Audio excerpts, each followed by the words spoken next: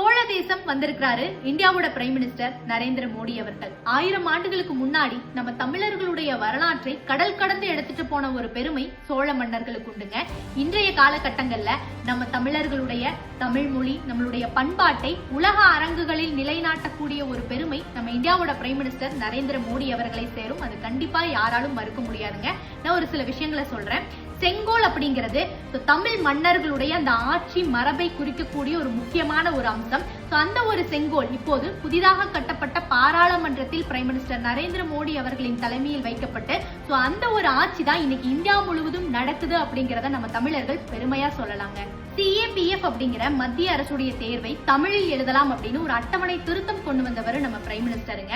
பாரதியாருடைய படைப்புகளை தொகுத்து ஒரு புத்தகமாக வெளியிட்ட ஒரு பெருமை நம்ம பிரைம் மினிஸ்டர் நரேந்திர மோடி அவர்களை சேரும்.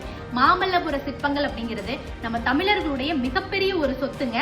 அதை உலகத்தில் இருக்கிற முக்கிய தலைவர்களை அழைத்து வந்து காட்டிய ஒரு பெருமை நம்ம பிரைம் மினிஸ்டர் நரேந்திர மோடி அவர்களை சேரும். மேலும் பப்புவா நியூகினியா நாட்டுல நம்ம தமிழ் திருக்குறளை அவங்க தாய்மொழியில மொழிபெயர்த்திருக்காங்க. அதை வெளியிட்டவர் நம்ம மோடி அவர்களுங்க. பிஜி அப்படிங்கிற நாட்டுல தமிழ் படிக்கிறதுக்காக அந்த வகுப்புகளை தொடங்கி வைத்தவர் நம்ம பிரைம் மினிஸ்டருங்க. ஐநா சபையில நம்ம தமிழ் கவிஞர் கணியன் பூங்குன்றனின் யாதும் ஊரே யாவரும் கேளீர் அப்படிங்கிற அந்த ஒரு வாக்கியத்தை ஒழிக்க விட்டவரும் நம்ம பிரைம் மினிஸ்டர் நரேந்திர மோடி அவர்களுங்க. சமீபத்துல இலங்கையோட உயரிய விருது நம்ம பிரைம் மினிஸ்டர் நரேந்திர மோடி அவர்களுக்கு வழங்கப்பட்டுச்சுங்க. அப்ப இலங்கை அதிபருக்கு நன்றி சொல்லும் பொழுது திருக்குறளை உதாரணமாக நம்ம பிரைம் மினிஸ்டர் நரேந்திர மோடி அவர்கள் சொன்னதை நம்ம எல்லாராலும் பார்க்க முடிஞ்சது.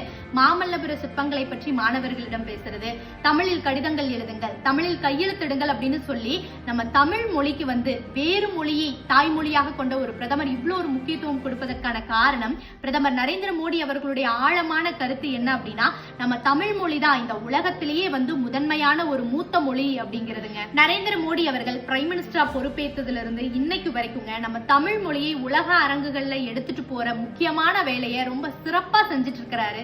அதை யாராலும் மறுக்க முடியாதுங்க.